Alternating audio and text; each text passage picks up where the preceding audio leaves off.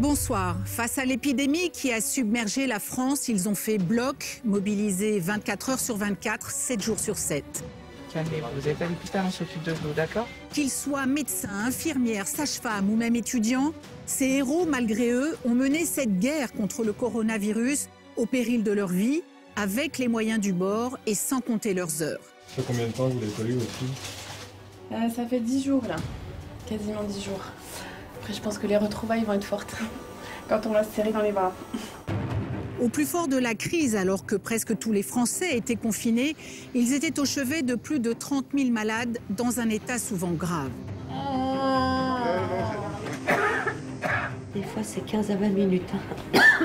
Quand j'appuie, ça fait mal, là. Oui. Pendant 2 mois, nous avons suivi ces équipes extraordinaires à Paris, à l'hôpital de la Fondation Rothschild, et aussi dans le sud de la France, au centre hospitalier de Montélimar dans la Drôme. Pour accueillir 4 fois plus de patients qu'à la normale, ces 2 établissements ont dû repousser les murs, multiplier leur capacité d'accueil, s'adapter et se réorganiser en urgence. Il y a encore une vingtaine de lits de camp à déballer. J'espère qu'on sera prêt. Hier, on avait en moyenne 3-4 patients en attente, allongés. Là, d'un seul coup, on en a eu 12. Nous avons aussi suivi ces Français atteints du Covid de leur arrivée à l'hôpital, à leur réveil après 3 semaines de coma, jusqu'à leur retour à la maison. On vous souhaite un bon rétablissement.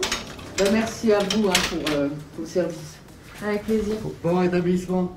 3 mois aux urgences face à un virus mortel, une enquête d'Astrid Robot de Châtenay et de Ludovic Samin pour Spica Productions et C8.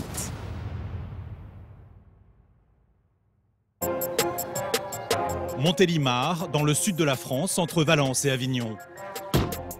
Il est 8h30 du matin. Sylvain Trichard, médecin urgentiste, se prépare à une nouvelle journée folle. Un combat inédit contre un virus mal connu. Salut. Sylvain, 33 ans, père de 2 enfants, est urgentiste depuis 6 ans. Et depuis 3 semaines, comme la plupart des soignants, il met toute son énergie contre les ravages du coronavirus. Bon allez, je vais me changer alors du coup. C'est parti pour une garde de 24 heures. À l'accueil des urgences, un jeune homme vient d'arriver par ambulance. Conscient mais KO, il pourrait être atteint du Covid. Il est dirigé vers la salle de déchocage. 4 box hyper médicalisées capables d'offrir les premiers soins aux cas les plus graves. Avant l'arrivée de Sylvain, au chevet du malade, Elodie. Bonjour monsieur, je suis l'infirmière. Je vais m'occuper de vous, d'accord? Il va falloir se déshabiller. On va se mettre en chemise d'hôpital. Le patient s'appelle Daouda. Il a 30 ans. Le souffle court, il est incapable de se déshabiller tout seul. Levez les bras. On va le faire se virer. Épuisé, Daouda a juste eu le temps d'appeler de chez lui le 15. Originaire de la région parisienne, il travaille comme animateur périscolaire à l'agglomération de Montélimar. Vous arrivez à vous remonter un petit peu dans le brancard ou on vous aide? Les jambes. Le jeune homme est terrassé par la fièvre. Comme ça, vous êtes bien ou pas? Oui. Ouais. C'est au tour de Sylvain de l'examiner. Bonjour monsieur, c'est le docteur. Bonjour. Racontez-moi, qu'est-ce qui vous amène? En fait, avant-hier, je suis parti à un géant acheter de la nourriture. Ouais, avant-hier, donc il y a 2 jours maintenant. Voilà. Ouais. Et je suis rentré chez moi tranquille. Ouais. Le lendemain matin, courbature, mal de tête, vomissement. D'accord. Vomissement. Voilà la toute. Et le soir même, j'arrivais pas à respirer, j'ai ouvert la fenêtre pour respirer. D'accord. Vous toussez beaucoup? Et vous vous sentez essoufflé? Ouais. Ok, ça marche. Daouda frissonne encore. Il a de la température. 39. Vous vous avancez, je vais bien écouter vos poumons. C'est pas facile quand on a presque 40. On est secoué, hein. Les poumons, les jambes. Ouais, vous avez mal de partout. Ouais, ok, ça marche. C'est ce que tu feras, Hello. On va le prélever d'emblée grippe et corona. Ouais. Pour cet homme en bonne condition physique générale, les symptômes du coronavirus peuvent ressembler à une grosse grippe. Sylvain veut en avoir le cœur net grâce à un test, le PCR. Le test de la grippe et du Covid. Ok. C'est un écouvillon dans le nez, Ça fait mal. dans chaque narine. Non, ça fait pas mal, c'est pas agréable. J'ai un nez, écoute. D'accord. Ok. Allez, c'est bon, c'est parti. Punaise. Lève narine, je suis désolée. Un prélèvement désagréable, mais le résultat du test parvient rapidement, en 3 ou 4 heures seulement. Grippe ou Covid, Sylvain a assez peu de doutes. Le tableau, a priori, est tout à fait compatible avec une épidémie, avec un Covid, en fait. Alors bon, c'est un patient très jeune, il a 31 ans. Aucun problème de santé, plutôt athlétique, en très bonne forme. Bon, il est tout à fait possible que ce soit une forme bénigne. Par contre, effectivement, les symptômes sont quand même très intenses. Beaucoup de fièvre, beaucoup de fatigue. A priori, un tableau tout à fait compatible, en fait. Le jeune homme a eu très peur. Le virus est encore mal connu et jamais il n'avait ressenti une telle fatigue. Franchement, j'ai mal dans tout le corps. De la nuque, du dos, du bassin, au mollet, aux cuisses, là. J'ai trop mal. Ça vous est déjà arrivé d'être dans une situation comme ça? Jamais arrivé. Je suis un sportif, je fais souvent du sport. Et là, ça m'a attrapé d'un coup comme ça. Tout le monde pense que ça touche que les vieux. Mais ça touche pas que les vieux. Ça touche les jeunes aussi. Il y a eu des jeunes qui sont partis à cause du coronavirus. Ils pensent on est dans un film. Parce que ces choses-là, il n'y a que dans les films qu'on voit ça. En fait, on ne vit pas dans un film. C'est la réalité. Et ça m'a fait peur. Daouda vit seul à Montélimar. Il n'a pas souhaité prévenir sa famille, installée en région parisienne. Je l'aurais pas appelé pour leur dire, parce que je sais que ma mère, elle a un cœur fragile et que si je lui dis, elle va pas supporter. Je sais qu'est-ce qu'elle va faire. Elle va pleurer, elle va plus être elle-même, donc je préfère garder ça pour moi. Daouda va devoir rester quelques heures en observation aux urgences pour savoir s'il est Covid ou pas et connaître la décision de Sylvain. Situé dans la Drôme, l'hôpital de Montélimar n'a pas été épargné par l'épidémie. Pendant 3 mois, des dizaines de médecins, d'infirmières, d'aides-soignants, de brancardiers sont montés au front pour combattre le virus. Je repars vous voir tout à l'heure, d'accord? Aux urgences, ils ont accueilli des centaines de malades. Des personnes âgées, surtout les plus vulnérables. Bonjour monsieur, je suis un des médecins des urgences. Ça fait 8 jours que vous toussez. Ils nous ont dit qu'on avait une suspicion de Covid. Ok. Pendant plus de 2 mois, nous avons accompagné les équipes médicales à Montélimar, mais aussi à Paris. Est-ce que vous pouvez me serrer la main, s'il vous plaît? Voilà, serrez-moi la main. Serrez-moi la main. La Fondation Hôpital Rothschild, un hôpital privé spécialiste des yeux, a chamboulé toute son organisation pour accueillir 4 fois plus de malades en réanimation qu'à la normale. Quelques-uns n'ont pas survécu. Ça fait chier. C'est vraiment une saleté, ce truc-là. Mais la plupart des patients ont pu être réveillés après parfois 3 semaines de coma. Et même voir leurs proches. Je viens de loin, mais je suis bien. Tant mieux. Je suis contente de toi. Ouais. Les médecins et leurs équipes ont décuplé leurs efforts. C'est bon, vous êtes prêts? Ils ont tout fait pour que les patients sortent vainqueurs contre le virus. Pour nous, en fait, rien n'est jamais gagné et il n'y a que quand ils sortent du service qu'on sait qu'on a fait notre travail correctement. À Montélimar, dans la vallée du Rhône, entre Valence et Avignon, et à Paris, nous avons suivi ces héros applaudis tous les jours lors d'un moment exceptionnel, jusque dans les maternités. Une crise sanitaire que personne n'avait jamais vécue auparavant. Un petit câlin encore avec papa. Le confinement a commencé il y a 1 mois. Et la capitale ressemble à un musée sans visiteurs. En cette mi-avril, à Paris, plus de 1000 patients sont déjà décédés du virus. Dans le 19e arrondissement, l'hôpital de la Fondation Rothschild, un établissement privé spécialiste des yeux et du cerveau, s'est mobilisé pour accueillir en urgence des malades du Covid. Il est 7 h du matin. Manuela, 43 ans, infirmière, se prépare à une nouvelle journée à Rothschild. Et chaque fois, la peur au ventre. Je dors pas. Donc c'est beaucoup plus compliqué. On vit quelque chose de bizarre? Ouais, vraiment très. C'est pas pareil. Courageuse, Manuela ne s'est pas dérobée. Embauchée ici quelques jours seulement avant le confinement, sans imaginer ce qui allait arriver, elle a été rattrapée par l'enfer du Covid.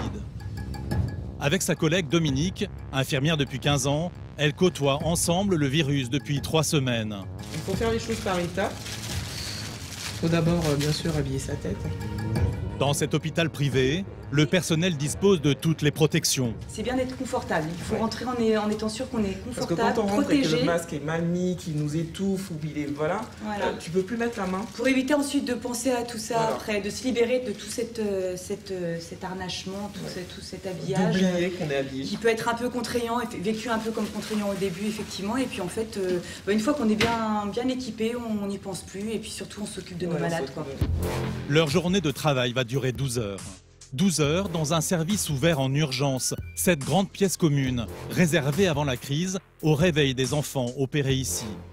Covid oblige, plus d'enfants, mais 12 patients en réanimation, à peine séparés par des rideaux. Manuela l'ignore encore, elle va s'occuper aujourd'hui d'un patient qui va la bouleverser.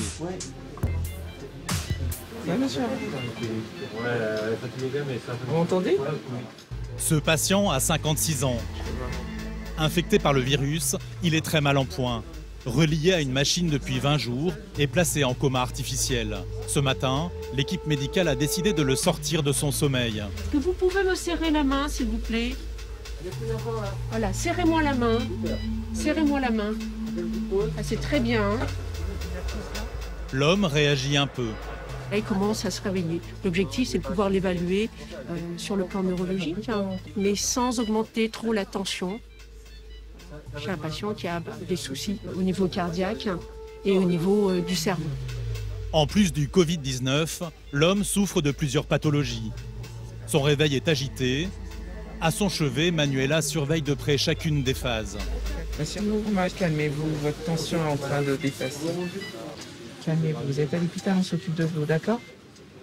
Quelques mots que le patient entend peut-être. Manuela marche sur des œufs. J'ose pas trop le masser parce que je me dis que ça peut faire deux effets. Soit ça le calme, soit ça l'énerve. Et là, je crois il a un inconfort en fait. Tiens, il me serre la main. Ça fait du bien de le voir bouger comme ça. De le sentir serrer la main et... Ah oui, d'accord. Voilà. C'était pas ça il y a quelques jours. Entre des hauts et des bas, Manuela veut rester optimiste. C'est pas encore présenté. Ce que je lui ai dit ce matin, j'ai dit il va falloir vous réveiller pour qu'on puisse faire connaissance maintenant. Rien ne destinait Manuela à atterrir dans ce service. Cette nouvelle recrue a terminé en février sa formation d'infirmière de bloc opératoire. Avant, elle travaillait dans une maison de retraite.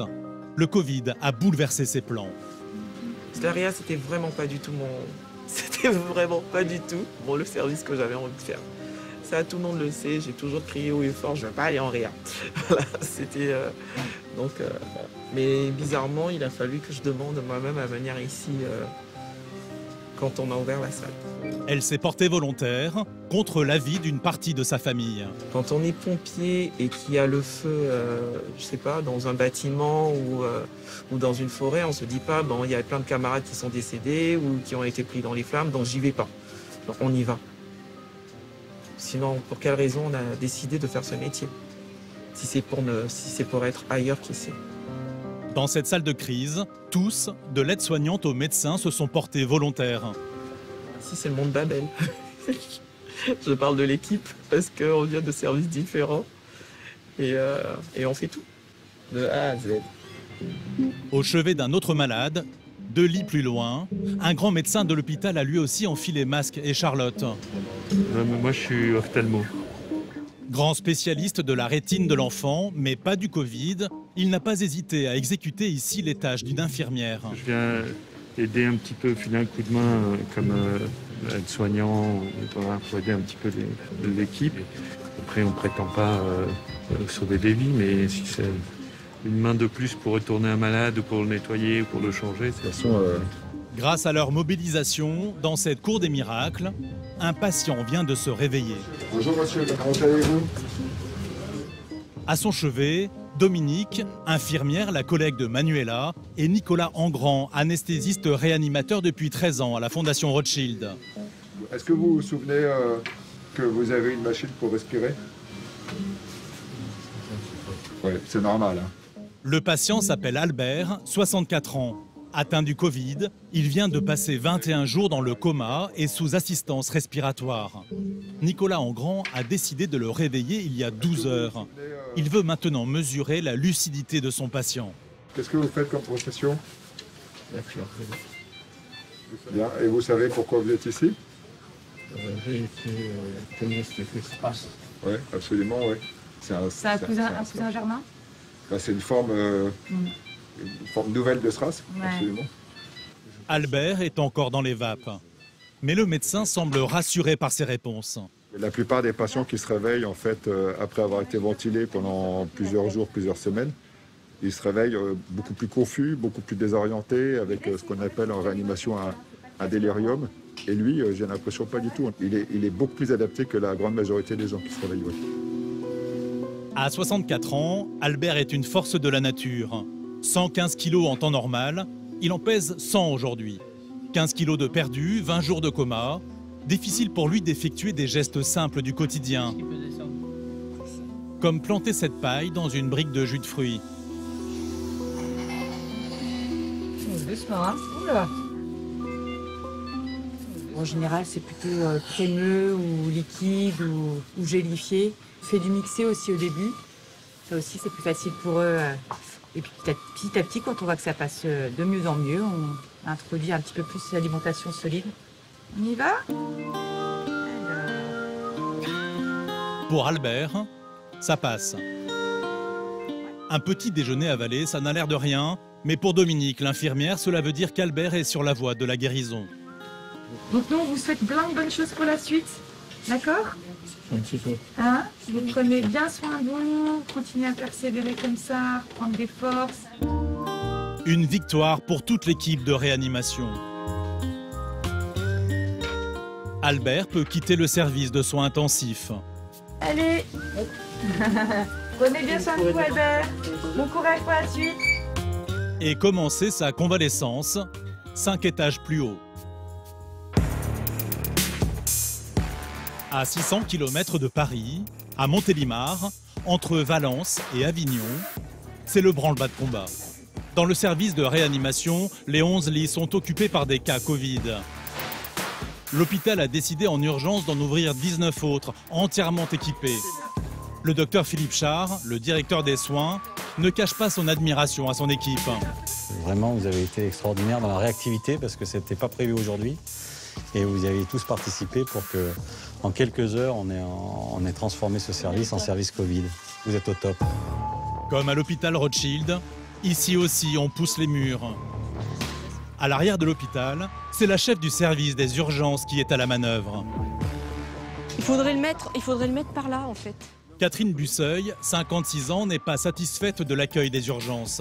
Elle veut absolument séparer les patients suspects de Covid et les autres. Là, on est en train d'installer un poste de tri de façon à pouvoir filtrer d'emblée tous les patients qui vont arriver pour pouvoir identifier ceux qui vont être suspects de Covid et ceux qui vont être non suspects de Covid. Le nouvel accueil des urgences de l'hôpital sera désormais à l'extérieur, sous cette tente. Une sorte de gare de triage. C'est passage obligatoire avant l'entrée dans le service des urgences. Voilà, c'est un stop là. Catherine a décidé que les suspects Covid seront ensuite dirigés ici. Elle a réquisitionné le garage qui reçoit habituellement les ambulances et les pompiers. Elle fait monter 2 tentes. En fait, là, ça va servir de salle d'attente et l'autre, ça va servir de salle d'examen. C'est là que les patients seront testés. Non, là, on ferme pas là devant. Montélimar se prépare à l'éventuelle déferlante du virus qui a déjà touché le Grand Est et la région parisienne. Ça fait 16 ans que je suis dans le milieu hospitalier, c'est la première fois que ça arrive, c'est impressionnant quoi, ce qui se passe. Et depuis 2 jours, l'onde de la vague se rapproche. C'est que ça va flamber d'un coup. Là, ça a été une augmentation brutale aujourd'hui. D'un seul coup, le nombre de patients allongés a été multiplié par 4 et le nombre de patients debout aussi. Hier, on avait en moyenne 3-4 patients en attente, allongés. Là, d'un seul coup, on en a eu 12. En cette fin du mois de mars, impossible de prédire quand la vague arrivera et si elle se transformera ici aussi en tsunami. Dans le doute, l'hôpital de Montélimar a aménagé un sous-sol, 500 mètres carrés en urgence. Le docteur Haussmann fait une dernière inspection. C'est une salle de crise qui a été aménagée, c'était un sous-sol. On a fini les travaux hier soir. On a installé les souffleries d'air chaud pour chauffer toute la salle. Cette salle servira en cas d'afflux massif ou si la météo empêche le tri sous les tentes. 20 lits de camp ont déjà été installés, à bonne distance les uns des autres. 1, 2, 3, 4, 5, 6, 7, 3 x 7, 21 à peu près, c'est ça. Il y a encore une vingtaine de lits de camp à déballer. J'espère qu'on sera prêt. J'espère qu'on sera prêt. À l'accueil des urgences, le balai des brancards ne fait pas relâche. Allez, faites-moi voir votre oreille. 2 septuagénaires viennent d'être admises, potentiellement infectées par le virus. Pas de répit pour l'équipe de Sylvain, l'urgentiste de garde. Parmi les nouveaux locataires de son service, dans un box d'examen, Sandrine, 49 ans. Elle est asthmatique, mais depuis quelques jours, c'est sa fièvre élevée et plus encore ses quintes de toux qui l'ont conduite ici. Des fois, c'est 15 à 20 minutes. Sandrine vit en ce moment dans la région avec son mari dans un camping-car. Ils sont chercheurs agronomes itinérants. J'ai été prise d'un étouffement. Je ne pouvais plus respirer. Oh non, s'il vous plaît, oh non. Voilà, c'est la première chose vraiment qui m'est venue en tête. Oh non, c'est pas possible. Oh non, pas moi. Et j'ai fait signe à mon mari d'appeler vite le 15. Parce que là, je ne pouvais plus toute seule et voilà. Je vais vous faire la prise de sang. Oui, il faut garder le moral. C'est ce que je dis autour de moi. Ah, madame. Oh oui. Sandrine n'emmène pourtant pas large. On ne sait pas tout de ce virus et en bonne scientifique qu'elle est, elle se méfie quand même à la veille de ses 50 ans. Je vais fêter mes 50 ans dans 15 jours. Ah oui. Alors, 50 balais, faut les fêter. Ouais, il faut les fêter à la et à la maison. Et à la maison, bien sûr. Vous avez prévu une fête? Je crois que la plus grosse fête, ce soit avec mon fils et mon mari. Je crois que ça va être ça. Franchement, ce sera ça. Mais oui. Allez, ça va Voilà, aller. l'angoisse et la peur arrive, malgré quel moral. Alors, Mais je dois faire, ne vous inquiétez pas, je dois faire une gazométrie. Ah, mais vous voulez me connecter de partout? Sandrine présente les symptômes du Covid. Fin juin, on déplorait en France le décès de 300 personnes de moins de 50 ans. Prévoyante, elle s'est préparée au pire. Si ce corona allait vraiment jusqu'à musée, jusqu'à la mort, on peut dire, jusqu'à quelque chose de dramatique, j'y ai pensé, oui. Et donc, du coup, j'ai préparé ce que j'allais dire à mon mari et à mon fils. On a parlé de certaines choses. Je lui ai dit, tu pourras pas me voir, il n'y aura pas de cérémonie, il n'y aura rien, ça se passe... voilà, quoi. C'est la première fois que je vis une telle chose. C'est-à-dire de sentir qu'on peut chavirer, quoi. Des pensées très sombres. Dans quelques instants, Sandrine sera fixée sur son sort avec le diagnostic de l'urgentiste, Sylvain. Dans la salle de déchocage, Sylvain vient de recevoir tous les résultats cliniques de Daouda. Ça va? Ça va un peu mieux qu'à l'arrivée quand même, on a bien fait tomber la température là. Hospitalisé depuis quelques heures en urgence pour une suspicion de Covid, ce sportif de 30 ans était arrivé KO. Sylvain a plutôt de bonnes nouvelles. Il n'y a aucun signe de gravité, et à votre scanner et dans votre prise de sang. Vous respirez bien, tout va bien, ok? Atteint du Covid, encore épuisé par sa fièvre, Daouda va pourtant pouvoir rentrer chez lui aujourd'hui. Parce qu'il est jeune, le Covid ne fera pas plus d'effet sur son organisme qu'une grosse grippe. En rentrant à la maison, le traitement il n'est pas très compliqué, c'est du repos, du Doliprane, je vous l'ai prescrit jusqu'à 4 grammes par jour pour faire tomber la fièvre ou la douleur. Vous buvez bien et puis surtout vous allez devoir rester vraiment confiné pour essayer de ne pas contaminer ni votre entourage, ni des proches, ni des amis, ni voilà, pendant les 14 jours qui arrivent. Et puis vous vous surveillez à domicile, d'accord? Voilà. On vous laisse partir, vous n'oubliez pas vos papiers, puis vous êtes libre. Bon retour. Au revoir. Daouda peut être soulagé. Ouais, je me sens nettement mieux, psychologiquement nettement mieux. Et ça m'a Avoir des bons mots du médecin, ça fait plaisir. Comment ça va? Qu'en sera-t-il de Sandrine, la presque quinquagénaire qui a oscillé toute l'après-midi entre optimisme et idées noires? Pour elle aussi, c'est le moment de vérité. Bon, donc en fait, aucun signe de gravité, notamment sur le plan respiratoire pour vous, ce qui veut dire que vous allez pouvoir rentrer à la maison. Voilà. Sandrine a le Covid et lui survivra. Ses poumons ne sont pas gravement touchés. Elle va enfin pouvoir retrouver son mari et leur camping-car. Ah, vous habitez dans un camping-car? Je ne le savais pas. Ok, tu peux me le dire. Vous faites comment là pour la quarantaine dans le camping-car? On a mis de l'espace au repas, ça fait 15 jours qu'on ne s'embrasse plus. Il n'est pas asymptomatique, votre mari? Non, non, non, non. Je le surveille beaucoup, j'y dis que t'as tout, machin, il faut voir. Quoi. Eh ben, non, mais les je désinfecte tout le temps, je mets un masque, voilà. Très bien. Je parle jamais face à face. Ouais. Jamais. On fait super attention. D'accord. Vous n'hésitez pas, la porte de l'hôpital est ouverte si vous avez s'il y a quoi que ce soit. Hein? Bon retour? Merci. Au revoir. Bon courage. Merci. Comme Sandrine, à Montélimar, 80% des patients Covid n'ont pas été hospitalisés. Elle va pouvoir annoncer la bonne nouvelle à son mari. Allô mon doudou? Comment vas-tu? Eh va bien. Bon, ben, j'ai bien le Covid. Donc, faut te protéger, faut qu'on continue. Tu viens me chercher? Il me garde pas, je rentre. Bisous, chérie, à tout de suite. Il est 20h. Daouda, lui, est proche de la sortie. Je me sens bien, j'ai pu me reposer.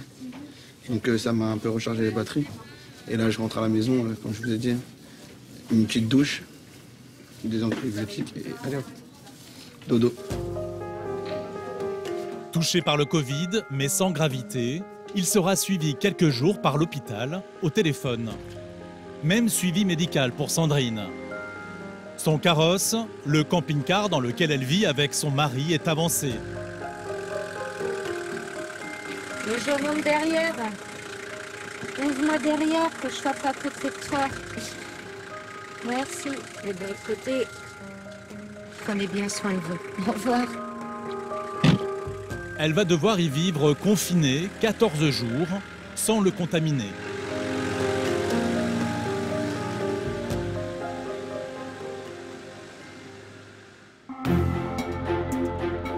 À Paris, à la Fondation Hôpital Rothschild, le docteur Pierre Trouillet, chef du service de réanimation, est en première ligne depuis un mois. Bonjour, ça va? Oui, très bien. Ce jour-là, il va connaître des joies et des moments plus durs. 66 malades atteints du Covid sont déjà passés entre ses mains. On va prendre les nouvelles de la nuit, voir comment vont les malades, comment vont les équipes. Dans son service, les premières semaines ont été éprouvantes. Il accueille 4 fois plus de patients en réanimation que d'habitude. Et pour ajouter au stress, des soignants de l'hôpital ont été eux aussi contaminés. Moi, je me souviens du soir où on avait 2 de nos collègues hospitalisés dans l'hôpital, c'est le vendredi 3 avril. Là, on a vraiment eu les boules quand même. 2 de nos collègues hospitalisés le même soir dans l'hôpital. Là, on s'est dit, mais où est-ce qu'on va? Comment ça va tourner? Qui est le suivant? Mais il y a des victoires qui lui donnent la force de continuer. Ce matin, la victoire a le visage de cet homme de 70 ans, Victor. Il a frôlé la mort, un des patients de Pierre Trouillet. J'arrive. Il m'appelle par la fenêtre. Il sort à peine d'un coma artificiel de 3 semaines. C'est un patient qui a développé une véritable maladie Covid avec un certain nombre de détresse respiratoire aiguë et qui a une évolution très favorable. Donc là, pareil, c'est quelque chose qui nous fait vraiment plaisir et qui renforce la motivation. Bonjour. Comment allez-vous? Depuis 2 jours, il émerge tout doucement. Ce retraité d'origine serbe qui vit en région parisienne depuis 30 ans a attrapé le coronavirus il y a 1 mois, sans savoir comment. Je vous mets ça. Vous arrivez à bien parler avec la canule fermée, c'est bien? La canule, c'est ce tube dans la gorge qui lui a permis de respirer pendant son coma. Désormais, il va pouvoir s'en passer. Montrez-moi vos gambettes un petit peu. Ok, très bien. Parfait. Là, vous avez respiré tout seul toute la nuit, sans la machine? Oui, là, vous avez passé toute la nuit sans machine, donc c'est une très bonne nouvelle. Ah bah, c'est carrément pas trop mal, ouais. Fini aussi l'alimentation par perfusion. Vous mangez un peu en alimentation mixée? Ouais. Victor revient de très loin. Il est arrivé ici inconscient il y a 3 semaines, transféré depuis un autre hôpital surchargé. 3 semaines sans voir ni parler à sa famille, sa femme Yvonne et sa fille Julie. Il y a votre épouse qui a téléphoné ce matin. Ouais. Je vais la rappeler pour lui donner de vos nouvelles, hein, lui dire que ça va bien. Surtout à l'enfant, ça m'a fait plaisir. Bon, ben à tout à l'heure. À tout à l'heure. Depuis le début de l'épidémie, toutes les visites sont interdites. Alors les soignants redoublent d'efforts pour informer les familles. Chaque appel est consigné. Ce matin, à 9h43, son épouse avait téléphoné et qu'elle voulait des nouvelles. Donc il nous indique le numéro de téléphone et il nous indique la nécessité de rappeler son épouse. Donc je vais pouvoir la rappeler maintenant. Et comme ça nous permet de maintenir des informations auprès des proches parce que comme les visites sont interdites, ben, c'est très anxiogène pour eux de ne pas pouvoir et visiter leurs proches et avoir des nouvelles. Oui, bonjour, vous êtes Madame Nicole? Oui, bonjour Madame, je suis le docteur Trouillet en réanimation à l'hôpital Fondation Rothschild. La situation elle évolue très bien.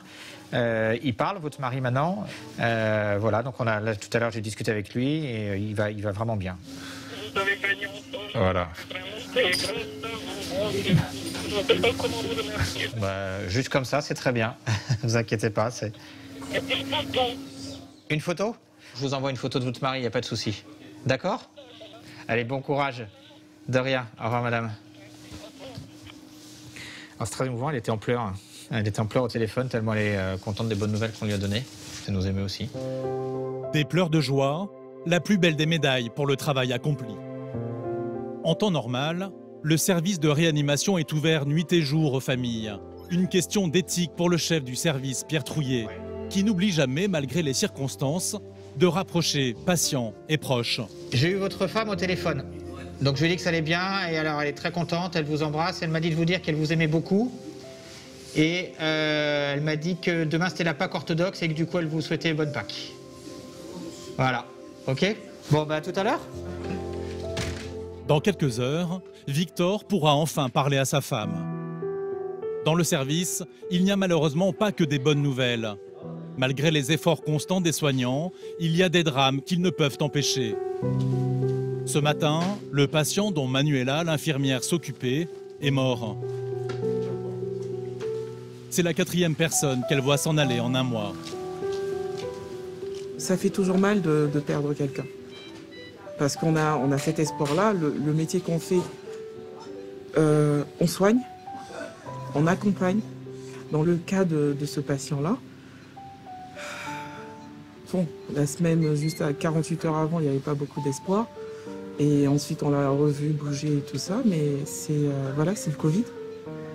Même si on y est préparé, ça fait mal. Et surtout dans ce contexte-là où on est confiné, où on est ensemble et on vit presque, voilà, on vit presque avec eux d'une certaine manière. Et là, on les voit, voilà, et ça fait mal. Même si elle s'est portée volontaire, ce qu'elle a vu depuis le début de la crise l'a affectée. À Rothschild, 13 patients sont morts le premier mois de l'épidémie. L'ancienne infirmière en maison de retraite encaisse difficilement. Alors, à la pause, avec ses collègues, elle a besoin de partager son désarroi. Maison de retraite, j'avais au moins un décès par mois encore. Mais c'était pas vécu de la même manière. Par contre, mon premier décès Covid, je l'ai vu dans mon lit pendant 2 semaines. Tu te rappelles? C'est bizarre. Après, heureusement, on s'habitue à tout. Voilà. Et, voilà, c'est... Le temps de s'habituer, le temps de dire au cerveau, écoute, c'est comme ça, habitue-toi, adapte-toi et fais ce qu'il faut. Heureusement, à Rothschild, il y a 4 fois plus de patients sortis d'affaires que de décès. Parmi eux, Albert, 64 ans, que nous avions vu à son réveil. Voilà maintenant 7 jours qu'il est sorti du coma. 7 jours qu'il réapprend à vivre en faisant chaque matin un peu d'exercice, tout seul. Ça m'entraîne petit à petit vers l'autonomie, quoi. Et ça me donne l'assurance aussi de faire les choses aussi. C'est important, ça? Oui, oui. 2 fois par jour, Cécilia Evin, médecin, vient lui rendre visite. Allez, on respire fort. Elle est confiante. Albert guérit peu à peu du Covid. Et vous sentez essoufflé en marchant ou pas? Ça arrive, mais j'essaie de ne pas trop forcer les choses, quoi. Ouais. Voilà. Plus de détresse respiratoire, mais les 3 semaines de réanimation ont laissé des traces sur son corps. Ça, vous êtes tombé? Je sais pas. Vous ne savez pas? Longtemps allongé sur le ventre pour améliorer son oxygénation, Albert souffre d'escarres à l'œil et ailleurs sur le corps. Ah, je suis marqué physiquement. Hein. Sur le front, j'ai cette espèce de trait, sans compter les escarres. Quand les escarres vont cicatriser, ça va laisser des marques. Donc tout ça, je l'ai gardé à vie. Vous voyez? Son corps est marqué. Et psychologiquement, ce père de famille semble aussi très atteint. J'ai eu un coup de blues et j'ai fait une crise de larmes comme un gamin. Hein. J'ai pleuré, j'ai dit c'est pas possible.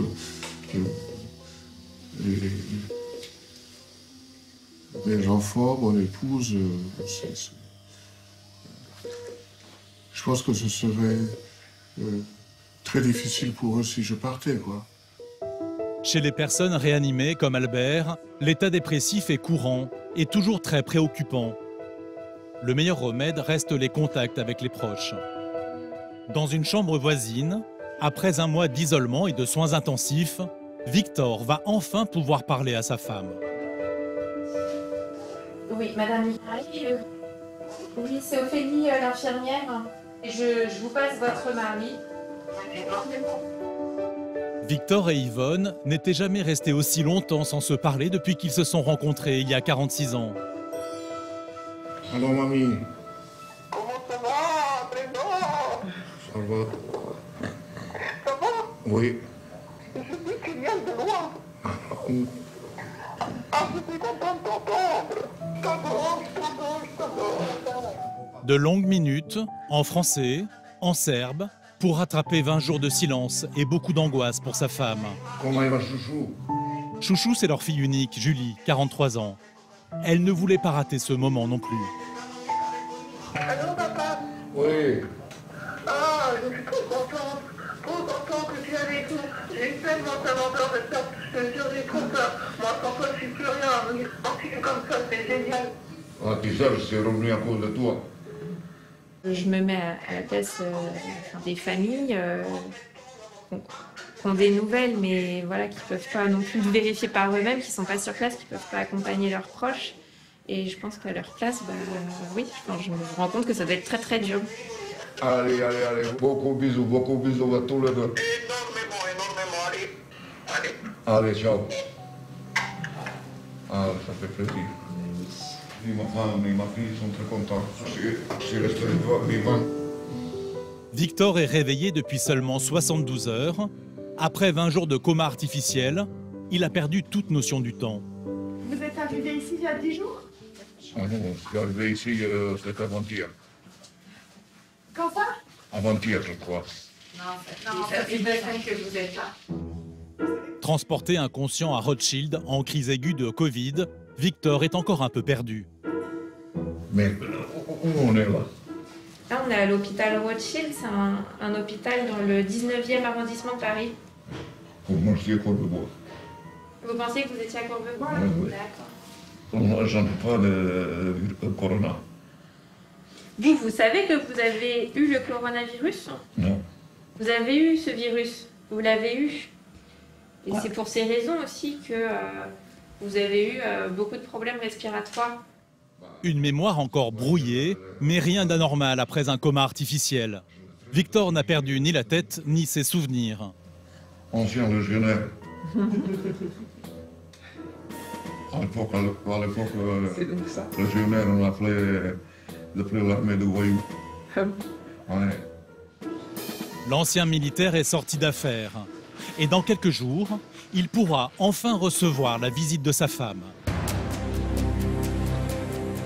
Est-ce que tu pourras me faire passer de la dialectrose? Oui. À Montélimar, l'hôpital public tourne à plein régime. Des foyers épidémiques ont surgi dans la Drôme et dans l'Ardèche voisine. À la tête du service de réanimation, le docteur Mathieu Schoeffler, 40 ans. L'équipement. 6 médecins, une vingtaine de personnels soignants Le service Réa a accueilli 41 patients en urgence vitale pendant la crise Covid. Ce jour-là, il s'occupe de 15 patients, tous gravement touchés par le virus. Pour nous, en fait, rien n'est jamais gagné et il n'y a que quand ils sortent du service qu'on sait qu'on a fait notre travail correctement. Intubés, placés en coma artificiel, certains, comme cet homme, sont mis à plat ventre pour améliorer l'oxygénation. Jamais très bon signe. Pour un certain nombre de ces patients, on est dans l'étape où il faut les mettre à plat ventre. C'est un peu la dernière chance ou pas? Non, on a d'autres armes thérapeutiques par la suite, mais ça veut dire que c'est déjà une situation qui est critique, ouais, plus que critique, et qui nécessite d'être chez nous.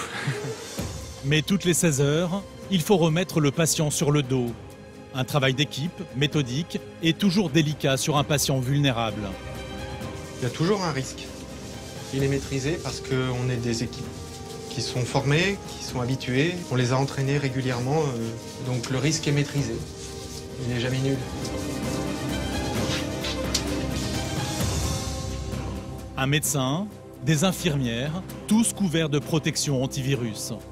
Ils ont quelques minutes seulement pour retourner le patient. Car pendant la manipulation, Mathieu doit débrancher quelques machines reliées au malade. C'est bon, vous êtes prêts? Ouais. Je déconnecte ça pour que ce soit plus simple. Le tout sous le regard d'une 5e infirmière, prête à faire passer du matériel dans la chambre en cas d'urgence. On attend devant s'il y a besoin d'aller chercher quoi que ce soit. Vu qu'ils sont habillés et tout ça, on reste à l'extérieur. On est considéré comme propre, entre guillemets. Donc nous, on rentre pas, on passe par là. On passe directement par la porte. Des choses s'il y a besoin. Voilà. On décale sur le côté, on met sur la tranche en même temps. 1, 2, 3. Hop, on se met sur la tranche. Parfait. Voilà. On descope, rescope. Le patient est alors très fragile. Un accident peut surgir. Il peut désaturer, il peut avoir un problème cardiaque, il peut avoir plein de choses. Allez, on l'accueille sur le dos. Voilà, je vous laisse récupérer le drap par en dessous. Voilà, parfait. Il se stabilise doucement, on va lui laisser le temps de se remettre du retournement. L'opération a duré une quinzaine de minutes, tout s'est bien passé. Mais Mathieu, le réanimateur en chef, reste prudent sur l'état du patient. Il reste extrêmement grave dans une situation préoccupante. Les choses ne sont pas encore gagnées. Donc là, il n'est pas impossible qu'on soit obligé de retourner à plat ventre dans les heures qui viennent s'il reste dans les mêmes situations au niveau respiratoire. Le service de réanimation est entièrement dédié aux patients Covid. Dans le couloir, le matériel de soins, des drains, des sondes, des compresses a été placé en évidence pour agir vite et ne pas mélanger ce qui est propre et ce qui a été en contact avec le virus. Jamais les équipes du service n'ont dû être autant solidaires et surprotégées contre le virus, comme avec ces blouses. Un festival de couleurs, peu de blanc pour une fois, mais du vert, du bleu et du rouge. Ce n'est pas un code, mais à cause de la pénurie.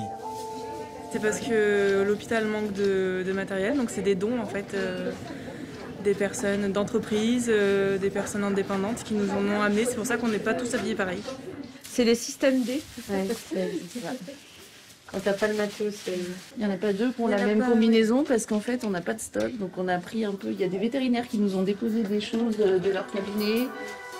En pleine crise épidémique, l'hôpital doit faire avec les moyens du bord. Et à Montélimar, c'est Aline, la directrice adjointe, qui veille au grain.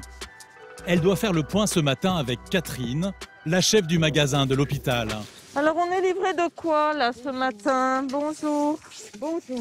On est livré de 12, de masques FFP2.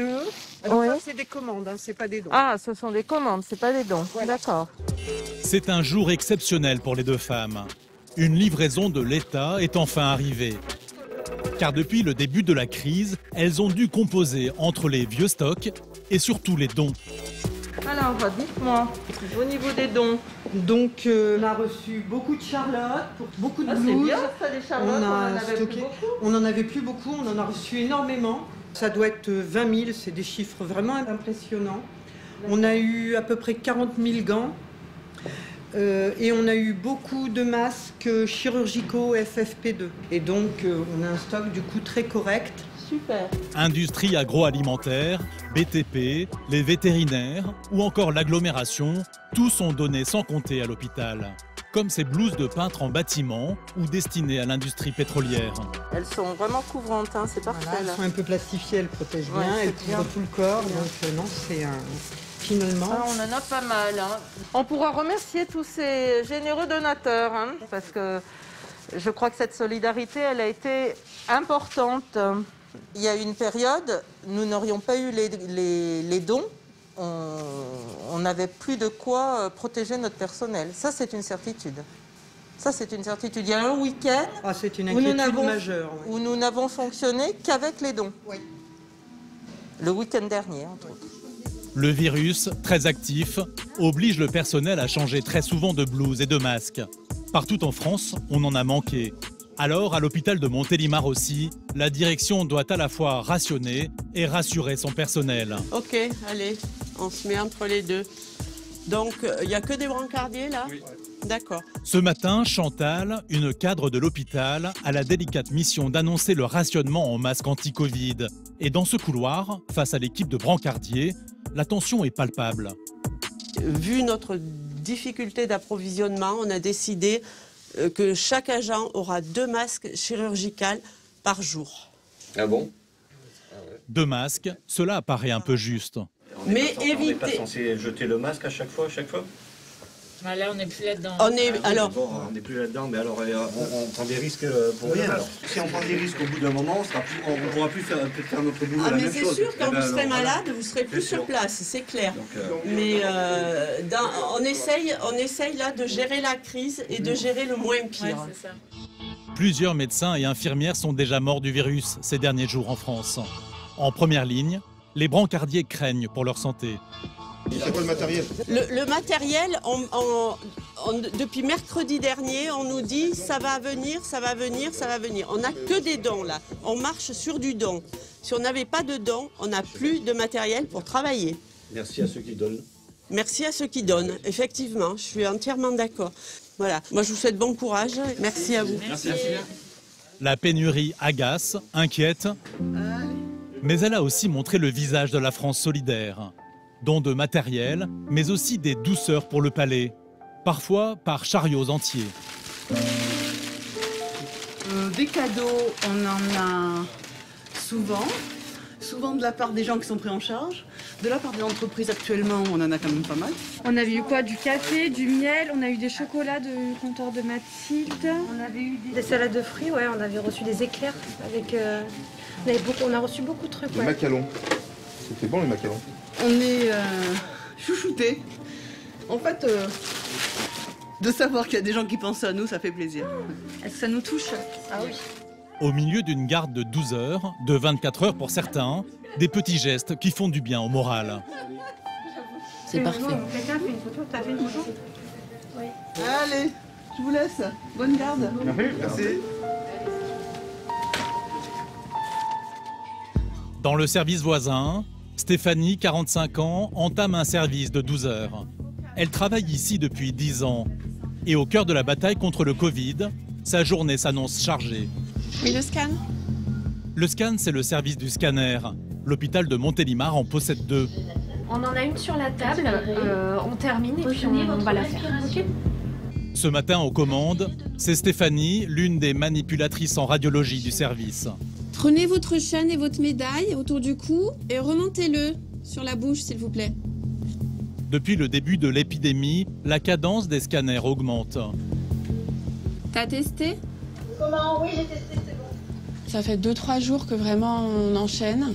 Voilà, avant c'était un petit peu au cas par cas, quelques cas dans la journée, mais là vraiment on enchaîne. Ouais. Inspirez, retenez votre respiration. Dans la guerre contre le virus, le scanner est devenu une arme essentielle. L'imagerie médicale des poumons permet de savoir très vite, avant le retour du test, si le patient est infecté ou non. Voilà, donc ce qu'on voit fréquemment dans les patients atteints de Covid, c'est des plages, on appelle ça en verre dépoli. En fait, il faut imaginer les morceaux de verre qu'on ramasse sur les plages. Normalement, les poumons, ça fait des images gris foncé, hein, que ce soit sur les radios ou le scanner. Là, on a plein de petites taches blanches, hein, voilà, qui remplissent les champs pulmonaires. Ces petites taches blanches, un patient atteint par le virus. Voilà, reste à avoir le diagnostic du médecin. À un certain stade de la maladie, le scanner est fiable à 90%, mieux que les tests. Ce matin, l'hôpital a décidé de mettre le scanner au centre de la bataille et d'y faire passer tous les patients. Je ne sais pas si tu as entendu maintenant. En fait, on va faire des scanners pour les patients avant qu'ils soient hospitalisés. Même s'ils ne présentent pas de signes, on les passe au scanner. Okay. Et après, éviter, si jamais ils sont Covid et qu'on s'en rend compte quelques jours après. Bon, ça va augmenter un petit peu notre cadence. Voilà. Mais bon, c'est bien pour eux. Voilà. Ok. Je pense que ça sera bénéfique. Risque zéro pour tous les patients. Mais pour Stéphanie, mère de 2 enfants, les journées s'annoncent encore plus denses, alors que le virus qu'elle côtoie perturbe déjà sa vie de famille. Il y a certaines tensions. Personnellement, on s'est organisé avec le papa de ma fille parce qu'on est séparés. Donc ma fille, je la vois pas là pendant toute cette période de confinement. Elle reste chez son papa. Il y a une répercussion familiale et c'est quand même pesant aussi, évidemment, hein. Si Stéphanie envisage à contre-cœur de ne pas voir sa fille durant tout le confinement, il y a un visiteur qu'elle se réjouit de voir tous les jours. Donc voilà mon fils Julien, qui est étudiant en terminale, qui est venu prêter un coup de main bénévolement. Je suis fière. Pourquoi tu as choisi ça? Je préférais faire quelque chose plutôt que rester chez moi enfermé. Là. Madame Lebras. Ça commençait à faire long. Et du coup, je me suis dit que c'était important de pouvoir les aider. Pour faire face à la crise épidémique, l'hôpital a fait appel en urgence à des bénévoles. Et c'est ici, en cuisine, que Julien a été affecté. Le fils de Stéphanie a pris ses fonctions depuis 3 jours seulement. Il partage ses journées entre ce coup de main et ses cours de management. Votre maman, elle vous pour quelque chose dans tout ça? Ouais. J'avais toujours dit que je voulais jamais travailler à l'hôpital. Après, j'ai vu que c'était un peu compliqué en ce moment. Du coup, je me suis dit que donner un coup de main, ce serait peut-être bien, quoi. Après, j'ai quand même mes après-midi de libre pour bosser un peu mes cours. Mais c'est vrai que le matin, ça me permet de me lever et de garder un train de vie et de rester actif, quoi. L'étudiant ne cuisine pas, mais prépare les assiettes et prend les commandes du personnel de l'hôpital. La cuisine, Julien, bonjour. Oui, ok. Vous voulez viande ou poisson? Pour ne pas avoir à descendre au self et risquer de contaminer l'hôpital, les médecins et les soignants se font désormais livrer les repas dans leur service. Non, on vous les amène directement. À partir de 11h, on livre. Ok. Et à tout à l'heure. Tu m'avais, Julien? Ouais. Parfait. T'as pensé à mettre la sauce? Ouais. Allez, juste là, je vais la mettre après. C'est avec Guillaume, son superviseur, que Julien va livrer les commandes soigneusement préparées. Il est 11h, c'est parti pour la tournée des popotes. Un dédale de couloirs et une cadence qui augmente au rythme de l'épidémie. Vous livrez combien de repas par jour? Alors le premier jour, on était à 10-12 repas. Là, ça fait le 4e jour qu'on fait ça, on est à 50 repas. Ah oui, ça augmente vite? Ouais, ça augmente super vite. Ouais. Pas question que Julien, le bénévole, ne prenne de risques. Alors pour les salles en secteur Covid, les 2 livreurs doivent suivre un protocole particulier. Service Covid, on évite de rentrer, ouais. Niveau sécurité, pour se protéger nous-mêmes et les autres, vaut mieux rester devant. Charlotte, masque, le moins de contact possible. Le virus rôde toujours. Bonjour. Bonjour Guillaume. J'ai 4 plateaux repas commandés. Hop là. C'est tout bon? Pour quelqu'un qui ne voulait pas travailler à l'hôpital, Julien est à l'aise. Bon appétit. Merci, au revoir. Surtout quand il vient livrer le service du scanner. Et sa maman. Il y a à manger. Tous les jours, Stéphanie a le privilège de recevoir une assiette dédicacée. Là, tiens, je te fais une belle assiette. C'est sympa. Et il y a des petits cœurs, des petites fleurs, des bisous.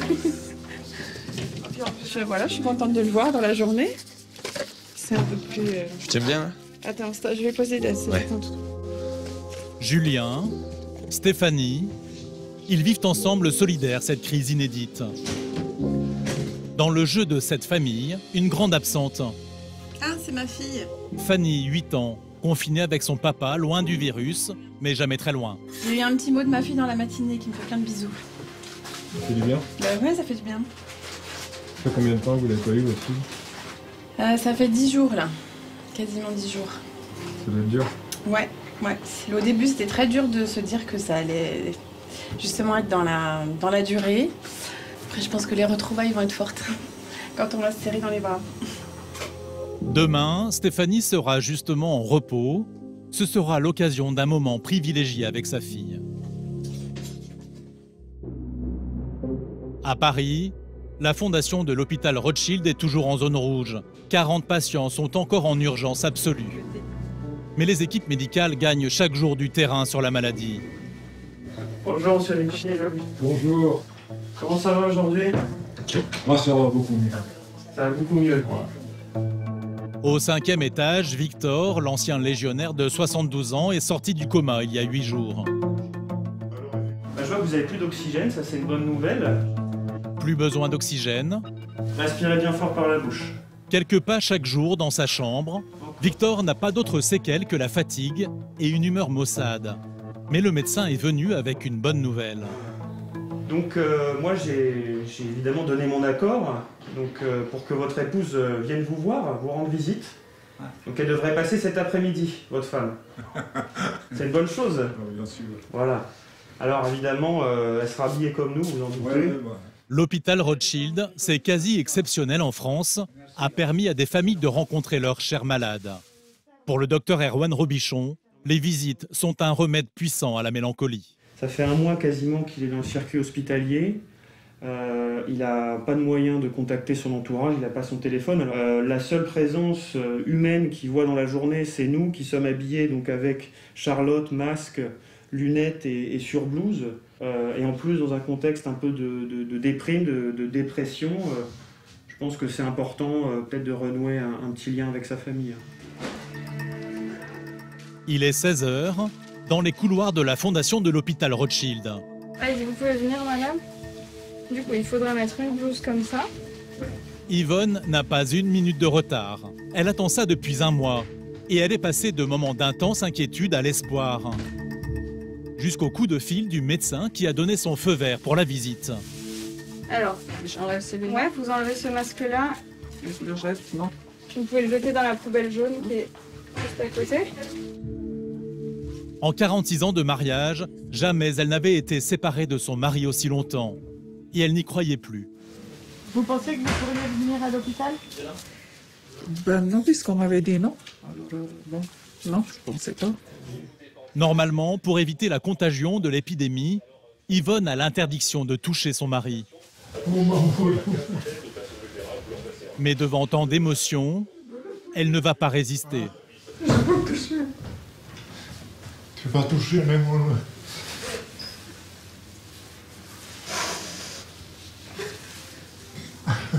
Tu viens de voir. Je viens de voir, je suis bien. Tant mieux. Je suis contente de voir. Ouais. Oui, on ne s'est jamais séparés avant, donc pour nous c'est... On a deux têtes, mais on est un couple, on est comme le frère et soeur. On se dispute jamais, on s'engueule jamais, tout ce qu'on fait ensemble, on décide ensemble. Ouais, là c'était vraiment un choc, puisqu'on m'a annoncé de me préparer au pire. Mais bon, se préparer au pire, je ne pouvais pas l'admettre, parce que c'était dur. Toi, tu es mon amour à moi. Victor découvre aussi l'enfer que vient de vivre son épouse, qui avait des raisons d'imaginer le pire. Quand on m'a annoncé, quand on m'a appelé à 3h du matin, alors là, ça a été la catastrophe. C'est pourquoi vous avez annoncé quoi à 3h du matin? Que je me prépare, on va l'intuber, mais il faut savoir qu'il n'a pas pour longtemps. Et pour moi, j'ai hurlé, puisque je dis c'est pas possible. Alors là, rien que d'attendre ta voix, ça s'aime beaucoup. Beaucoup. S'ils ne m'ont pas transmis ici, je suis déjà dans le petit pot. Le bon Dieu préfère que je reste avec toi. Ah bah bien sûr. Bien sûr. Yvonne et Victor ont eu droit à 1 heure de visite. Des retrouvailles inespérées dont ils se souviendront longtemps. Victor a retrouvé le moral, même s'il va devoir encore attendre d'être complètement guéri pour sortir de l'hôpital. Dans une chambre voisine, Vous êtes prêts? Ok. Albert lui aussi a retrouvé le sourire. Dans ce sac en plastique, ses affaires personnelles. Il quitte l'hôpital pour un centre de rééducation. C'est le grand départ là. Ouais. Vous êtes content? Oui, très content. Et la blessure au mou. Comme ça, vous serez peut-être mieux parce qu'il fait pas très chaud aujourd'hui. Monsieur, vous faites bien des choses. Bien, merci. Que le Seigneur soit avec vous. Merci, merci. Allez. Bonne route et bonne continuation. Son corps est très marqué par les 20 jours de réanimation, mais il a le moral. Un dernier petit souvenir? Quelle sortie, hein? Oui. Pourquoi vous filmez tout ça? Oh, des souvenirs pour moi, tiens. Allez, au revoir. 3 semaines de rééducation l'attendent, mais le plus dur est passé.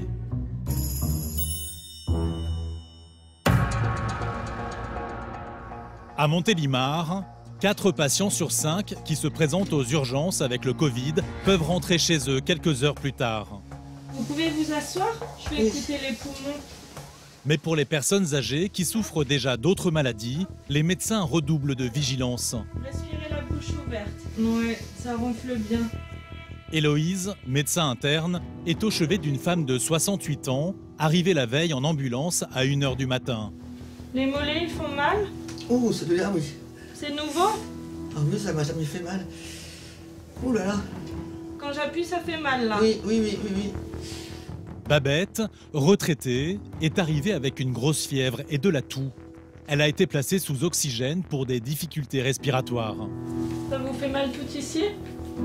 Un symptôme de plus qui ne laisse pas beaucoup de doutes.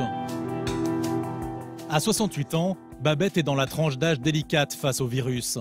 Le test Covid permettra d'adapter les soins. Ok. Bon. On surveille, on attend les résultats, parce que le scanner est quand même en faveur d'une infection. D'accord?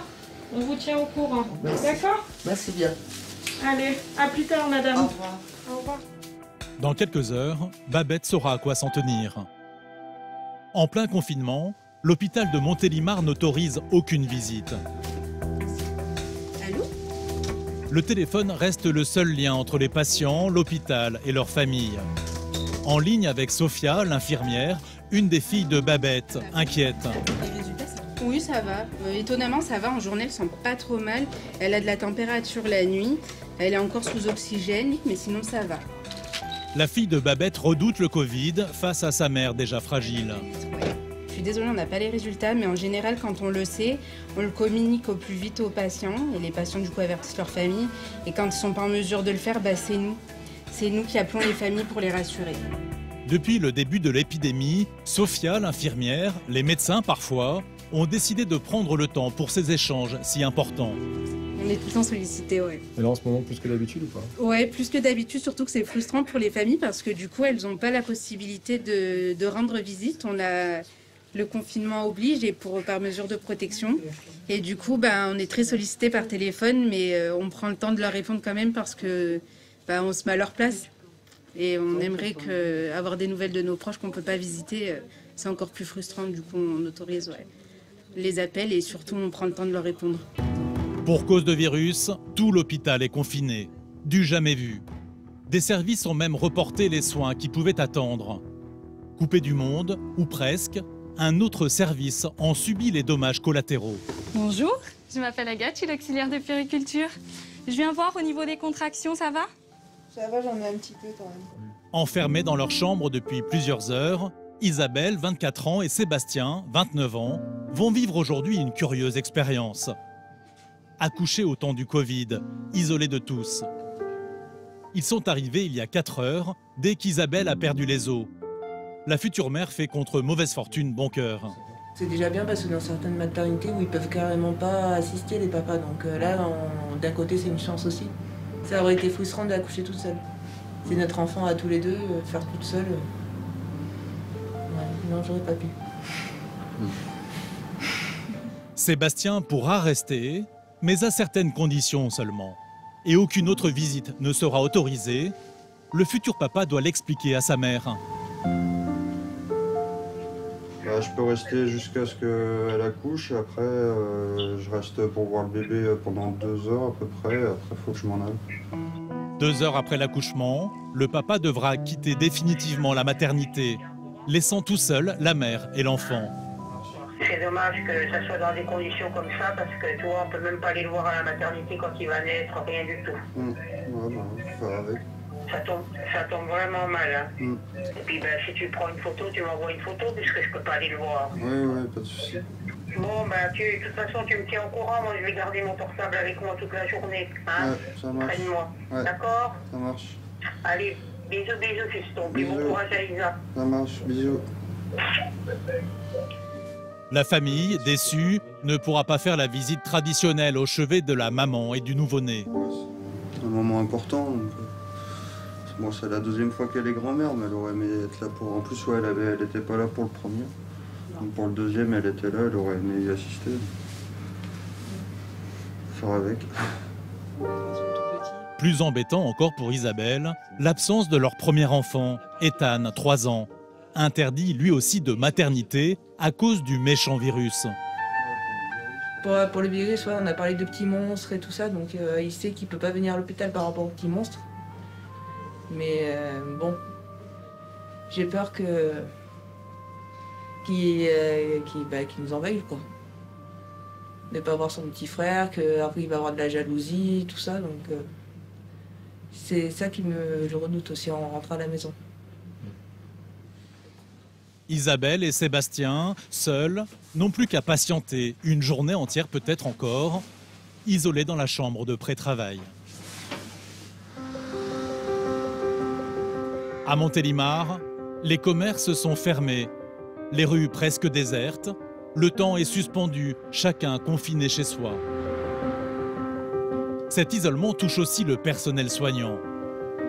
Dans un quartier résidentiel de la ville, Stéphanie, la manipulatrice scanner de l'hôpital. En première ligne, non seulement elle enchaîne les journées de 12 heures à l'hôpital, mais elle a dû rester loin de sa fillette de 8 ans, confinée avec son père pour la protéger. Coucou ma chérie. Comment ça va? Ça va. Bon, ça fait plaisir de te voir. T'as passé une bonne nuit? Oui. Oui. 50 salariés de l'hôpital de Montélimar ont été touchés par le Covid. Alors, avec son ex-mari, Stéphanie a décidé que leur fille resterait chez lui le temps du confinement pour la protéger du virus. Mais les jours de repos, mère et fille rattrapent le temps perdu, à leur façon. Le contact, il n'y en a pas beaucoup en ce moment. Ça fait 15 jours quand même que je ne l'ai pas vu. Donc je pensais que ça allait être très très dur de ne pas avoir le contact physique, donc c'est le cas. Mais le fait de la voir, de l'entendre, d'interagir avec elle, c'est super. Hein. Des contacts quotidiens en visio avec sa fille et les jours de repos, Stéphanie se transforme en professeur. Calcul, dictée.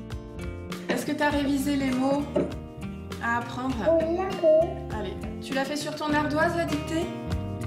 Et comme toute bonne maîtresse, Stéphanie doit surveiller les tricheries, assez faciles à distance. Tu l'enlèves de ta vue, le texte? Tu vas pas me le faire, ça, tiens, tricheuse. Allez, cache-le. Voilà, très bien. Elle a fermé l'ordinateur, elle ne voit plus. Alors vas-y, on y va. Les éléphants sont les plus gros mammifères terrestres. Un moment d'échange, de partage, un lien maintenu. Point. Montre-moi alors. Oula, il y a des fautes. 1, 2, 3. Il y a 3 fautes. Pour Fanny aussi, 8 ans, l'éloignement est un moment difficile à vivre. J'aurais quand même aimé passer son anniversaire avec elle. Ah ben moi aussi, c'était dur. Ça tombait les premiers jours du confinement, mon anniversaire. Et du coup, vous n'avez pas pu faire l'anniversaire ensemble? Ah bah non, le fait qu'elle soit pas là, c'était dur. Ouais.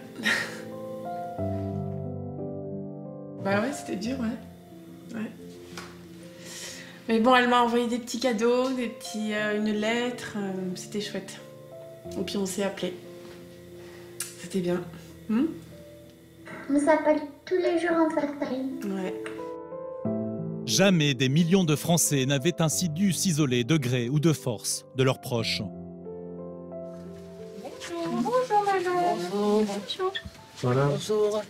Je vous ai déjà vu, vous. Oui. Babette, arrivée il y a 20 heures aux urgences de Montélimar, est transférée en secteur Covid. Elle ignore encore le résultat du test, mais la sexagénaire se doute de quelque chose. Ben, on m'a pas dit, mais moi je pense. Ah, d'accord, on vous a pas dit, vous savez pas. Non. Puis j'ose pas demander parce que j'ai peur de la réponse. Allez-y, vous pouvez rentrer. Cette nouvelle chambre et la tenue du personnel médical hyper protégé ne la rassurent pas. On voit tout le monde avec des combinaisons. On ne reconnaît plus, hein. Non. On a l'impression d'être dans un mauvais film. Ah, sûrement. Hein? Mais c'est la réalité. Eh oui. Pendant 3 mois, à Montélimar, 196 patients comme Babette ont été hospitalisés pour Covid. L'infirmière qui va désormais s'occuper d'elle fait connaissance. Un premier contact à la fois humain et médical. Du coup, qu'est-ce qui vous a emmené à consulter? Vous aviez de la fièvre, des courbatures? Oui, à 1h du matin, j'ai appelé mes filles. Oui. J'avais 39,7. D'accord. Je claquais des dents, je tremblais et j'avais du mal à respirer. D'accord. Et pourtant, j'ai bien écouté les consignes. Ça faisait 10 jours que j'étais enfermée, que je voyais plus personne. Mais voilà. Oui, bah après... C'est le destin, ça comme va, dirait c'est le destin, oui. Bah après, ça va vite, hein, ça va tellement vite que... Ouais. Mais alors, Covid ou pas Covid? Babette est impatiente de savoir. Vous avez eu les résultats du prélèvement pour le coronavirus? Si vous vous trouvez dans le service, c'est que ça a été positif. D'accord. Voilà. Ok. Une annonce un peu brutale, Babette encaisse. Elle reste hospitalisée parce qu'à son âge et avec ses problèmes de santé, le virus peut encore lui jouer un mauvais tour. Au mieux, elle sortira dans 5 ou 6 jours. Une chose est sûre, dans 3 jours, elle fêtera son anniversaire à l'hôpital. Une fête un peu spéciale qui se fera avec sa famille au téléphone. Le jour J, chez Charlotte, infirmière, l'une des 2 filles de Babette. Coucou. Ah, quand même. Quand même, c'est toi qui décroches pas. Et joyeux anniversaire au fait. Ouais, merci, c'est gentil. On le fera au mois de juillet, hein? Oui, j'espère. Quand tu seras rentrée. Ouais. Babette fête aujourd'hui ses 69 ans. Elle est à l'hôpital depuis 6 jours. Covid positive, son état est stable, mais l'infection l'oblige à rester encore un peu. Pas trop fatiguée? Je récupère, mais je suis sans énergie. Comment ça se fait que tu bouges comme ça là? C'est mes mains, je trempe des mains. J'ai du mal à tenir le téléphone. Ah, c'est trop fatigant. C'est l'émotion. Bon, bah je vais te laisser te reposer alors. Ouais. Bah, à bientôt alors. À bientôt. C'est Charlotte, avec sa sœur, qui a appelé le 15 la nuit où Babette a eu une forte fièvre et des toux inquiétantes. Avec la santé déjà fragile de sa mère, Charlotte, présente à l'arrivée de l'ambulance, a craint le pire. Je lui ai juste fait un coucou comme ça, à la porte de l'ambulance, et puis c'est tout. En me disant vraiment que ouais, c'était la dernière fois que je la voyais. Moi j'avoue, j'avais un peu la crainte jusqu'au dernier moment qu'elle ne fête pas son anniversaire en fait. Hein. Même jusqu'à hier, ouais, qu'elle ne fête pas son anniversaire, qu'elle passe pas le cap. Surtout qu'elle est encore dans le 7e jour, 7-10 jours où ça peut encore faire une rechute. Et du coup, ouais, j'avais toujours un petit pincement, un peu de stress. Beaucoup de stress. Voilà. Tant qu'elle reste dans les 7-10 jours, j'aime pas trop. Encore inquiète et surtout frustrée de ne pas pouvoir voir sa mère en chair et en os avant plusieurs jours encore.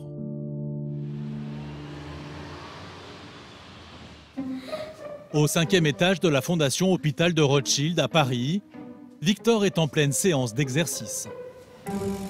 Là, c'est le fessier qui marche. C'est le kiné qui l'a appris, ça. Victor partage sa chambre depuis 2 jours avec un autre malade du Covid, Lassana, 64 ans.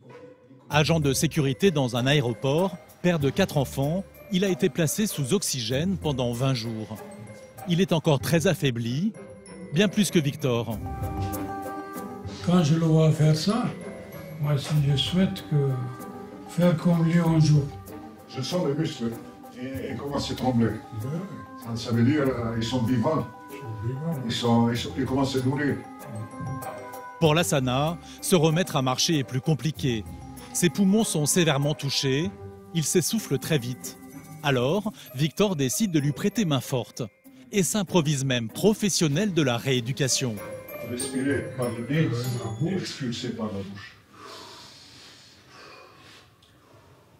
Mais pas violemment, tout doucement. Et quand il marche, il ne faut pas marcher comme ça. L'épaule vient. Comme ça. Non, pas comme ça, il ne faut pas se mettre en arrière. Non, normalement, tout droit. Il ne faut pas faire ça. Ouais.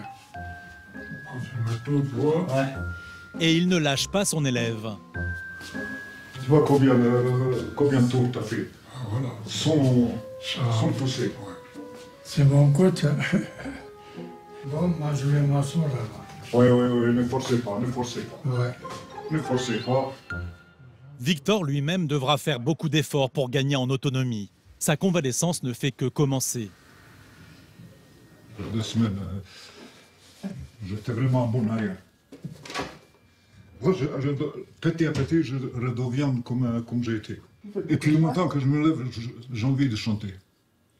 Content, gai. Ce matin et cette nuit, je dormis comme un agneau. Victor retrouve peu à peu le goût des choses de la vie et même son odorat. Ok. Tu vois là, je sors de confiture, je sors de plaisir. Là, il y a quelques jours, vraiment, je sens tout. Il se sent bien mieux, mais il doit rester encore quelques jours à l'hôpital, sans son nouvel ami. Voilà, les ambulanciers sont là, vous allez partir. Merci. Voilà, ils vous attendent juste dehors. Merci, merci. Lassana ne rentre pas chez lui, mais va rejoindre un centre de rééducation respiratoire. Et au moment du départ, les 2 hommes ont le cœur lourd. Si leurs chemins se séparent, les 2 copains de Chambray restent unis dans l'épreuve. Le combat contre la maladie les a beaucoup rapprochés. Le lendemain, à l'hôpital Rothschild, Victor a enfilé sa belle chemise. Il attend avec impatience l'ambulance qui doit le reconduire chez lui. C'est un grand jour. Il va enfin retrouver sa femme Yvonne et sa fille Julie. Il est plus heureux que jamais. Bon, c'est les grands départs là. Ouais. Vous êtes content? On fait aussi de voir ma famille, de voir mon lit.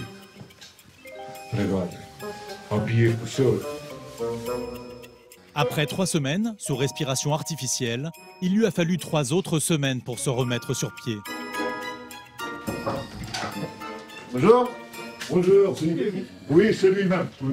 Oh, j'arrive. Prêt pour le retour? Victor en a bien conscience. Cette renaissance, il la doit au personnel soignant. Je viens de ma famille, mais je quitte les familles. Ah, bien sûr. Ouais. Vous ne pouvez pas savoir quelle gentillesse, quelle disponibilité. On entend ça en tout cas. Ouais, merci beaucoup. Bonne rentrée. Au revoir, merci. Au revoir. Au revoir. Bonne journée. Victor fait partie des chanceux. Je ne croyais pas un jour de revenir chez moi, non.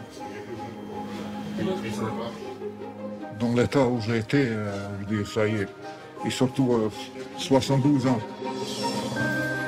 Pendant la crise, la Fondation Hôpital Rothschild et ses soignants ont accueilli 73 malades en situation critique. Comme Victor, 58 en sont sortis vivants.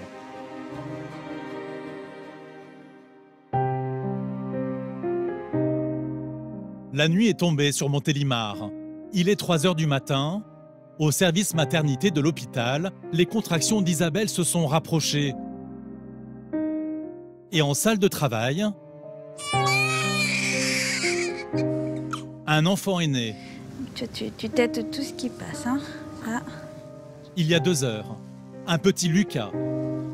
La sage-femme, Laura, mais les parents aussi, tous portent un masque pour se protéger les uns des autres et protéger l'enfant. Oui, il faut relâcher maintenant, voilà.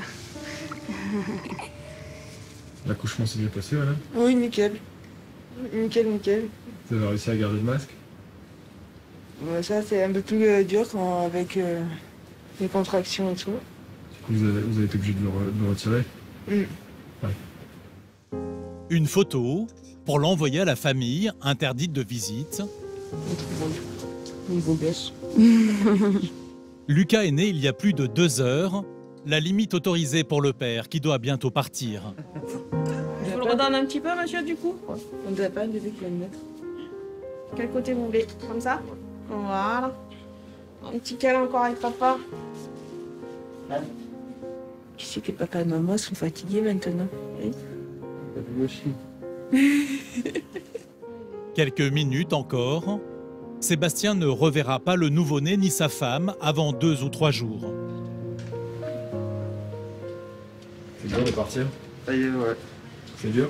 Ouais, un petit peu. Moi, je sais que je vais retrouver mon premier, donc dans tous les cas, il aurait fallu que je parte sûrement, mais le fait de ne pas pouvoir revenir pendant le séjour, c'est ça le plus dur. L'équipe médicale a accordé au jeune père 1 heure de rab avec son enfant. Je vais vous accompagner jusqu'à l'ascenseur, puis je vais vous faire descendre. Il est 3h30 du matin. Il n'y aura pas d'autre naissance cette nuit. Allez, je vous balle, monsieur. Faites attention sur la route. Rentrez bien. Merci. Au revoir.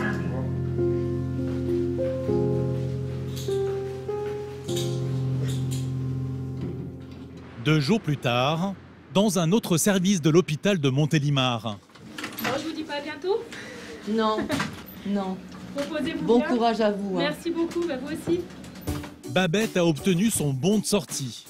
Atteinte du Covid, elle vient de passer 10 jours sous bonne surveillance. Et malgré ses antécédents médicaux assez lourds et son âge, 69 ans, elle a échappé au service de réanimation. Là, je suis bien contente de rentrer chez moi et d'avoir passé le cap de la maladie. Encore atteinte par le virus, elle a franchi avec succès la zone dangereuse de l'infection et peut se rétablir maintenant chez elle, à quelques kilomètres de l'hôpital. Au 2e étage de sa résidence, une voisine observe le retour de Babette. Pendant la crise, quelques soignants ont été rejetés, priés de vivre ailleurs, pas ici. Juste moi, personnellement, j'applaudis les soignants. C'est gentil, merci. Il faut nous applaudir à 20h. Hein. Franchement, ça nous touche énormément, ça nous rebooste et ça prouve qu'il y a des gens quand même qui pensent à nous, quoi. On n'est pas que des pestiférés. Parce que souvent, avec cette période, il y a beaucoup... Enfin, on voit moins notre famille, on voit plus nos amis ni rien. Donc, du coup, de voir qu'il y a des personnes qui nous applaudissent, ouais, franchement, ça nous touche. Alors, continuez, quoi. Ces 2 ambulanciers connaissent déjà les lieux. Ce sont eux qui étaient venus chercher Babette en urgence, il y a plus de 10 jours. Ouais, donc, je vous souhaite un bon rétablissement. Merci à vous pour le service. Avec plaisir. Tous les soirs ici, il y a la musique, on applaudit tous les soirs. C'est bien. Ouais, c'est un beau Merci. quartier. Bon rétablissement. Au revoir. Au revoir. Babette est presque sortie d'affaire. Voilà.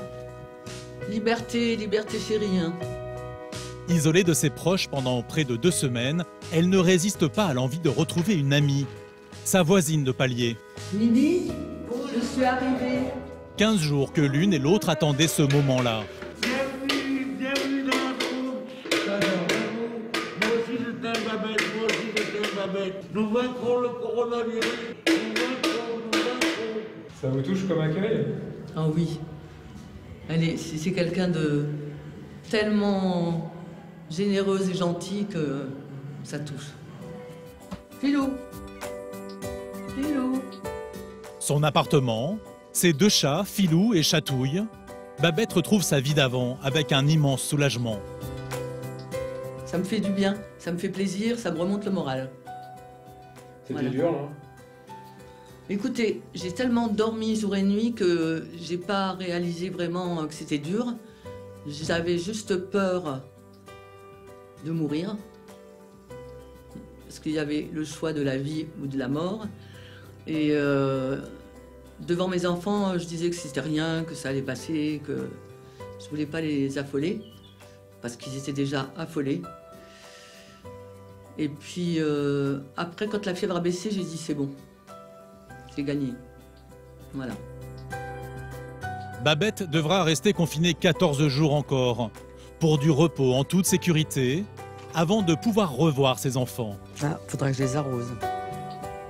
Et fêter enfin son anniversaire en famille.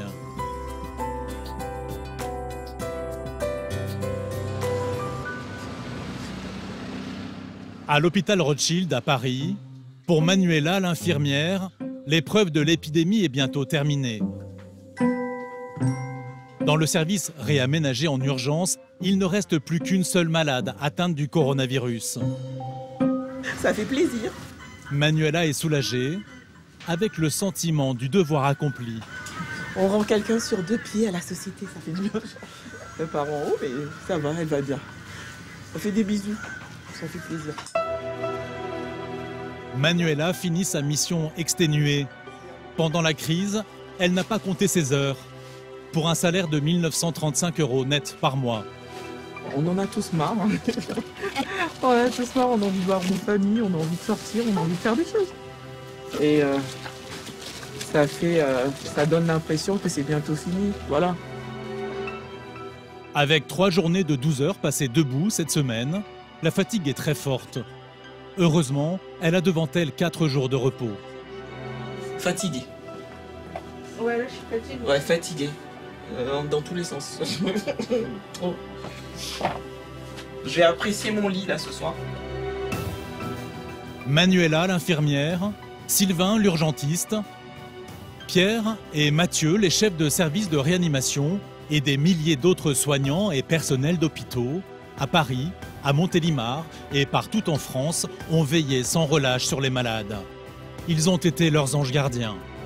Une 50aine d'entre eux ont payé de leur vie cet engagement pour combattre un virus inédit. Pendant 3 mois, ils ont été les héros, les premiers de cordée de la France. Au revoir, merci. Au revoir. Au revoir. Bonne journée.